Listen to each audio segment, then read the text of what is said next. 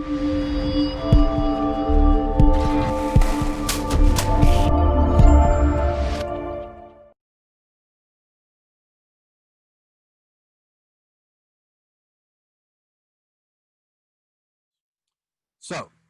here's one way we can split something. So I may have something that is that we know is bigger, and we're going to call that a feature. If you're a Jira user, they call them epics. But I will say a feature is something that is bigger than a story.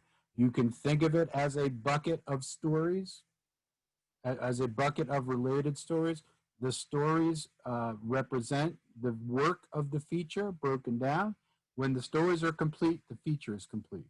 And when I get a feature like, as an auditor, I can review the accounts of many kinds of users. Well, my best practice is to have a spike, set some time aside so that you can sit down with subject matter experts and figure out, when we say many kinds, well, how many kinds of users are there? And what's the most common? What's needed for minimal delivery, which we could say MVP or MMF. MVP, minimal viable product, MMF, minimal marketable function. They both kind of mean the same thing, the least amount of functionality that satisfies a customer need. And if I go through this spike, then what I'll end up with is 3 stories. I'll start off delivering the ability to do the most common type of user, or the most important type of user, and then the second most, and the third most, et cetera. But I need that spike time to dig in a little further and break that feature down into work that's small enough to be done in an increment. And that's what we mean by a user story, small enough to be done in an increment. Usually when we say increment, we really mean sprint.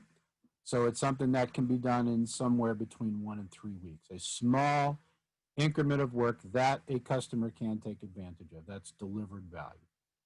So that's one way of splitting the story, which is splitting a big thing down into smaller things. And we use the same logic here. We see many kinds. That's our clue. Our clue of the multiplicity is that we say many kinds of users. Sometimes we split things out and we end up with a criterion. But we sometimes have to have a spike here to figure out why it's a criterion. So here's a little mini story. As a manager, I can show identical views for similar employee types. And that's kind of wide open. So I also have a spike here. I allocate some time with my team. I group up with the people who are the best people that I can think of to answer the questions. And I ask, how many employee types are there? You know, it's a different landscape altogether. Let's say I just have 2 employee types, full-time and part-time. Okay, well, that makes it a simpler problem. If I have 11 types of employees, then it's a more complicated problem. If I have 111, even more complicated. But that's why we have that spike, to figure out what's going on, to put some meat on the bones of this story and make it legitimate. And the way we make it legitimate is by figuring out these 3 things. How many employees are there? How many different ways can we view them?